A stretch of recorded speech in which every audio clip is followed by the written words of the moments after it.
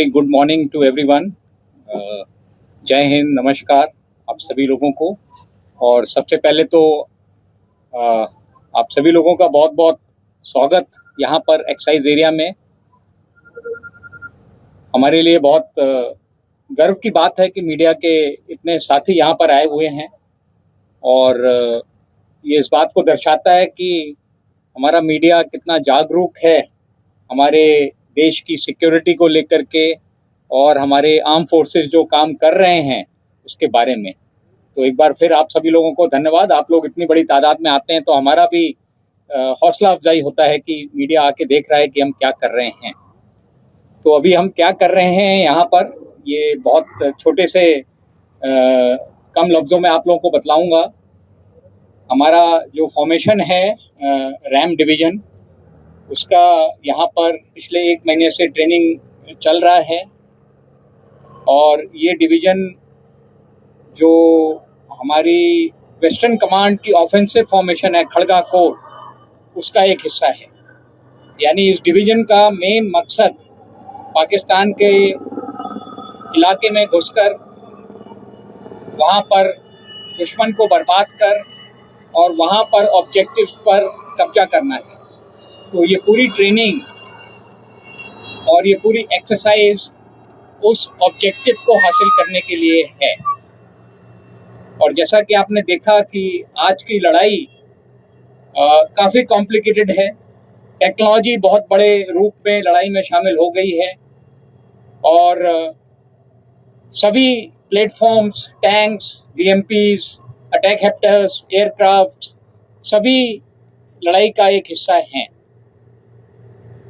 पर इतनी ज़्यादा टेक्नोलॉजी, इतने ज़्यादा इक्विपमेंट के बावजूद भी जो सबसे ज़रूरी चीज़ है वो है ट्रेनिंग। यानी कि हमारी इन सभी हथियारों को, इन सभी टेक्नोलॉजी इक्विपमेंट को इस्तेमाल करने में महारत हासिल करना। और यहाँ पर जो एक्सरसाइज हो रही है, जो आपने देखा, वो उसी का एक हिस्सा है कि किस तरीके से हम जो हमारी कैपेबिलिटी है उसको अपनी ट्रेनिंग के जरिए और बढ़ा सकें। और जो टास्क हमें मिला है, और ये टास्क बहुत महत्वपूर्ण है, आप सब लोग जानते हैं कि ऑप सिंदूर में हमने दुश्मन को बहुत क्षति पहुंचाई थी, बहुत नुकसान पहुंचाया था। पर हम ये भी जानते हैं कि दुश्मन शायद अपनी हरकतों से बाज ना आए और दोबारा कोई ऐसा काम करे कि हमें फिर ऑपरेशन करने की जरूरत पड़े। पर जैसा हमारी लीडरशिप ने भी कहा है और मैं उसको दोहराना चाहता हूं कि इस बार अगर दुश्मन कोई गलत काम करता है, कोई दुस्साहस करता है, तो उसका जवाब पहले से बहुत ज़्यादा होगा। और ये तैयारी उसी के लिए है, उसी जवाब के लिए है। तो एक बार फिर आप सभी लोगों का शुक्रिया यहाँ आने के लिए। और मेरे लिए बहुत खुशी की बात है कि हम गंगा के तट पे खड़े हैं और कहते हैं कि कोई भी काम शुरू करने के पहले सबसे ज़रूरी होता है माँ का आशीर्वाद लेना। तो हम मानते हैं कि गंगा माँ का आशीर्वाद हमारे साथ है, जिस काम के लिए हम तैयारी कर रहे हैं। Thank you very much.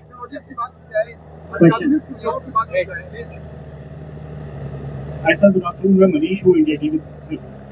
Sir, op सिंदूर की आपने बात की, इस समय ऑपरेशन कैपेबिलिटी को लेकर आप अलग अलग जगह विजिट किए, जिसमें आर्मी चीफ भी थे, वहाँ पर हमने रेस्क्यू प्लाटून और बाकी भी थे। बहुत अच्छा सवाल है आपका, क्योंकि टेक्नोलॉजी एक तरह से युद्ध का जो पूरा प्रारूप है, स्वरूप है, उसको बदल रही है। और आपने अष्टी प्लाटून की बात की। हमने अष्टी प्लाटून्स को सारे जो सर्विलेंस ड्रोन मुहैया कराए हैं, जिससे कि सर्विलेंस में बहुत मदद मिलती है। इसके अलावा टेक्नोलॉजी का बहुत बड़े रूप में इस्तेमाल करते हैं। यानी कि कुछ तो आप ग्राउंड पर देख रहे हैं जो इक्विपमेंट इस्तेमाल हो रहा है, पर इसके अलावा सिस्टम्स में भी टेक्नोलॉजी बहुत ज़्यादा है। यानी कि आर्टिफिशियल इंटेलिजेंस का इस्तेमाल करके जो भी सर्विलेंस फीड आ रही हैं उनको डिसाइफर करना कि कहाँ पर दुश्मन है ज़्यादा तादाद में, कहाँ पर हमको काम करना है। तो कुछ टेक्नोलॉजी जो ग्राउंड पर हमको नजर आती है, पर बहुत सी टेक्नोलॉजी बैकग्राउंड में भी है जिस पर हम काम कर रहे हैं। पर इसके साथ एक चीज और है कि दुश्मन के पास भी टेक्नोलॉजी है। तो अभी हमें जो लड़ाई करनी है वो ये मान के चलना है कि दुश्मन के पास भी ड्रोन्स हैं, उसके पास भी इस तरह की टेक्नोलॉजी है। तो वो भी हमारी ट्रेनिंग में शामिल है कि किस तरीके से हम जो भी ऑपरेशन कर रहे हैं वो ये मान के कर रहे हैं कि दुश्मन भी हमको रात के समय में देख रहा है, दुश्मन भी हमारी लोकेशन को पकड़ पा रहा है अपने ड्रोन्स के जरिए। तो उन सबको मद्देनजर रखते हुए किस तरीके से हम ऑपरेशन करें ये भी हमारी ट्रेनिंग में शामिल है। यानी कि अपनी ट्रेनिंग में अपनी टेक्नोलॉजी से बेहतर काम करना और दुश्मन की टेक्नोलॉजी को किस तरीके से विफल करना है वो भी हमारी ट्रेनिंग में शामिल है। Hello sir, I'm Kalyan Das from Times of India. Sir, as we can see, this area in which the exercise is being conducted largely depicts the riverside plain areas of Punjab. So my first question is, what conclusions can we draw from this exercise? And supplementing that question is, could you please cite the reason behind? Okay. And supplementing that question is, could you please cite the reason behind the Western Command conducting exercise in an area falling under Central Command? अच्छा, okay. ये पहली चीज मैं आपको बतलाना चाहूंगा कि जो हम एक्सरसाइज करते हैं वो एक ऑपरेशनल टास्क को ध्यान में रखते हुए करते हैं। और हमारा जो पाकिस्तान का बॉर्डर है उसमें कई नदियां हैं, आपको ज्ञात होगा, चिनाब है ऊपर, फिर रावी है, फिर सतलज है। और अगर हमें पाकिस्तान पर ऑफेंसिव करना है तो कहीं ना कहीं रिवर क्रॉसिंग भी इन्वॉल्व होगी। तो ये ट्रेनिंग में हमारे शामिल है कि किस तरीके से हम नदी को क्रॉस करके दुश्मन के इलाके पे कब्जा कर पाएं। तो ये मान के चलिए कि जो भी हम ट्रेनिंग कर रहे हैं वो अपने ऑपरेशनल रोल के हिसाब से कर रहे हैं। अभी सेंट्रल कमांड के इलाके में आने का जरूरत इसलिए पड़ जाता है क्योंकि हमारा जो नदियां हैं वो ज़्यादातर बॉर्डर के साथ साथ हैं और ट्रेनिंग का इलाका कहीं भी हो, यानी कि महाजन का इलाका है, राजस्थान में है, पोखरण का इलाका है, तो वो किसी कमांड में हो उससे कोई अंतर नहीं पड़ता है। यानी कि हमें ये देखना है कि किस तरीके के ऑपरेशन के लिए हमें ट्रेनिंग करनी है और वैसा इलाका पूरे देश में कहीं भी हो हमें वहां जाके ट्रेनिंग करनी पड़ेगी।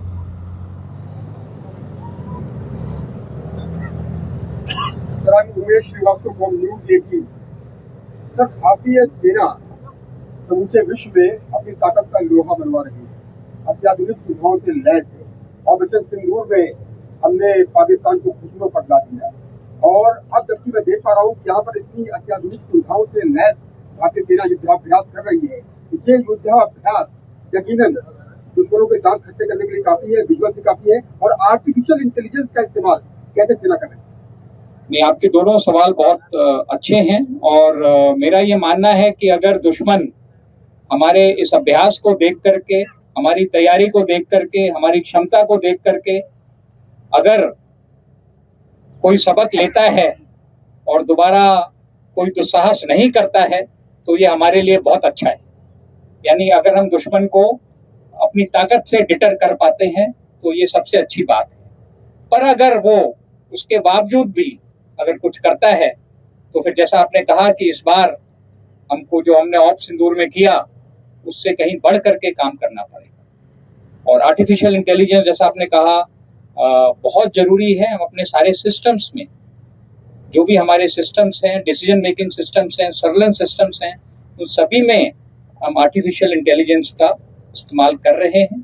और क्योंकि इसमें काफ़ी अभी भी स्कोप है तो एक तरीके से ये हमारी जो कोशिश है और ज़्यादा से ज़्यादा आर्टिफिशियल इंटेलिजेंस सिस्टम्स को अपनी इक्विपमेंट में, अपने सिस्टम्स में शामिल करने की, वो एक लगातार जारी कोशिश है जो चलती रहेगी आगे भी। Last question sir, good afternoon, करम खुराना, जी न्यूज़ से। सर, ये जानना चाह रहा था कि हम ग्राउंड लेवल पे तो मॉकड्रिल कर ही रहे हैं, लेकिन सर जो साइबर वॉर भी है, केमिकल वॉर भी है और एआई तो भी आप कह रहे हैं, सर इनके लिए किस तरह की तैयारी है?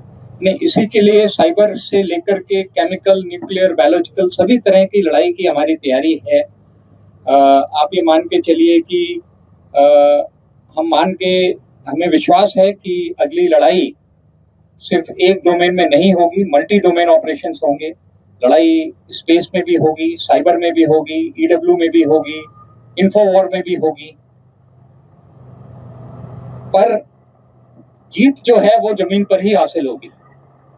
तो ये सारे डोमेन में जो भी हम काम कर रहे हैं वो किसी तरीके से जो हमारी अल्टीमेट जीत है, वो चाहे 71 की जीत हो, चाहे 65 की जीत हो, वो जब तक हम जमीन पर कब्जा नहीं करेंगे वो पाकिस्तान मानेगा नहीं कि हम जीत गए हैं।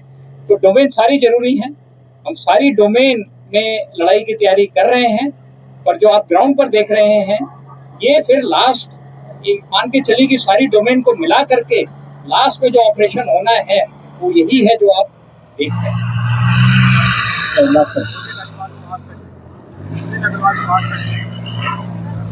मैं जानना चाह रहा हूँ AI आने के बाद से सैन्य बल शामिल है इस ट्रेनिंग में। मुझे जानना चाहता हूँ कि AI आने के बाद से सेना के लिए मुश्किल बढ़ी है कि आसान हुई है? ये आपका बहुत अच्छा सवाल है, क्योंकि AI, जैसा मैंने कहा कि टेक्नोलॉजी जो हम हासिल कर रहे हैं, हमें पता है कि हमारा दुश्मन भी वो टेक्नोलॉजी हासिल कर रहा है। और इसलिए जरूरी है कि जब हम टेक्नोलॉजी को अपने सिस्टम में शामिल कर रहे हैं तो हम इस चीज को भी ध्यान में रखें कि किस तरीके से दुश्मन जब इस टेक्नोलॉजी को शामिल करेगा तो हम किस तरीके से लड़ाई लड़ेंगे। पर AI आने से हमारे सिस्टम्स में बहुत सहूलियत हुई है। डिसीजन मेकिंग से लेकर के सर्वेलेंस रिलेटेड जो भी सब्जेक्ट्स हैं, जो भी हमारे सिस्टम्स हैं, उसमें आर्टिफिशियल इंटेलिजेंस एक आप कहिए कि फोर्स मल्टीप्लायर है, कैटलिस्ट है। और इससे हमारी जो लड़ने की काबिलियत है उसमें इजाफा हुआ। Times of India, I hope Hindi was all right, or you want me to reply in English? No, it's all right. Yeah, okay. Sir विश्वास सर, जय हिंद सर। Yeah. सर मैं न्यूज़ इंडिया से हूँ सर। सर मेरे को ये पूछना है कि जैसे कि अभी विदेशी इक्विपमेंट भी ज़्यादा इस्तेमाल हो रहे हैं, लेकिन अभी डिफेंस की जो ट्रेनिंग चल रही है इसमें जो देसी जो हमारे हिंदुस्तान के इक्विपमेंट है वो कितने कारगर साबित हो रहे हैं या कितने इस्तेमाल हो रहे हैं अभी आपकी ट्रेनिंग? नहीं, आप ये मान के चलिए कि आपने जो इक्विपमेंट यहाँ देखा है वो तकरीबन सारा इंडिजिनस ही है। और मुझे तो ये बताते हुए बहुत खुशी है कि ज्यादातर ड्रोन्स जो आप उड़ते देख रहे हैं ये हमने अपने सेना ने अपनी वर्कशॉप में खुद बनाए हैं। यानी कि इंडिजनाइजेशन से भी हम आत्मनिर्भरता में हम एक कदम और आगे बढ़ गए हैं कि जो हमारा रिक्वायरमेंट है हम उसको खुद भी प्रोड्यूस करने में सक्षम हो रहे हैं। और ज़्यादातर जो आप हमारा इक्विपमेंट देख रहे हैं, एक तरह से सारा इक्विपमेंट जो है यहाँ पर जो हमने इस्तेमाल किया है वो स्वदेशी है। और हम पूरी तरीके से लड़ाई के लिए हम पूरी तरीके से आप मान के चलिए कि हम आत्मनिर्भर हैं।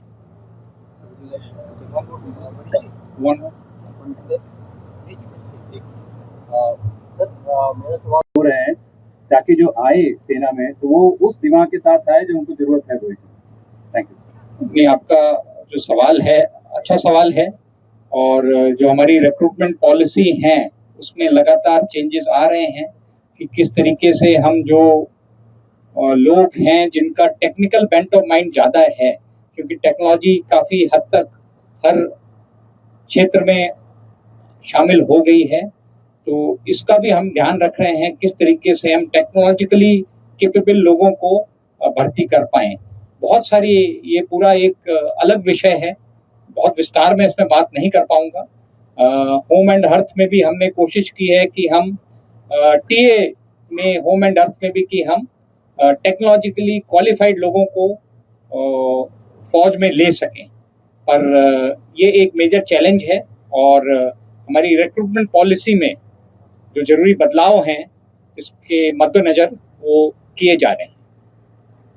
सर नमस्कार, मैं रोहन कुमार भगवत.com से। सर मैं आपसे ये पूछना चाहता हूँ, ऑपरेशन सिंदूर के अंदर तो महिलाओं की भागीदारी दिखी है, लेकिन ये जो आपकी एक्सरसाइज चल रही है इसमें कितनी महिलाओं की भागीदारी है? बहुत अच्छा सवाल है। अभी कई महिलाएं जो आपने नहीं देखा, क्योंकि सब लोगों को आप नहीं देख पाते हैं, और जो हमारे सपोर्ट आर्म्स हैं और लॉजिस्टिक आर्म्स हैं, उसमें जो महिला ऑफिसर्स हर जगह मौजूद हैं, पर क्योंकि जो आप देख रहे हैं वो सिर्फ फाइटिंग आर्म्स का ऑपरेशन देख रहे हैं, पर महिलाओं की बहुत बड़ी भागीदारी है जहां भी वो शामिल हैं फौज में, और बहुत नंबर्स धीरे धीरे उनके बढ़ रहे हैं। धीरे धीरे उनका जो कोटा है फौज में आने का वो बढ़ रहा है, और हर ऑपरेशन में मुझे पूरा विश्वास है कि महिलाओं की और ज्यादा भागीदारी है।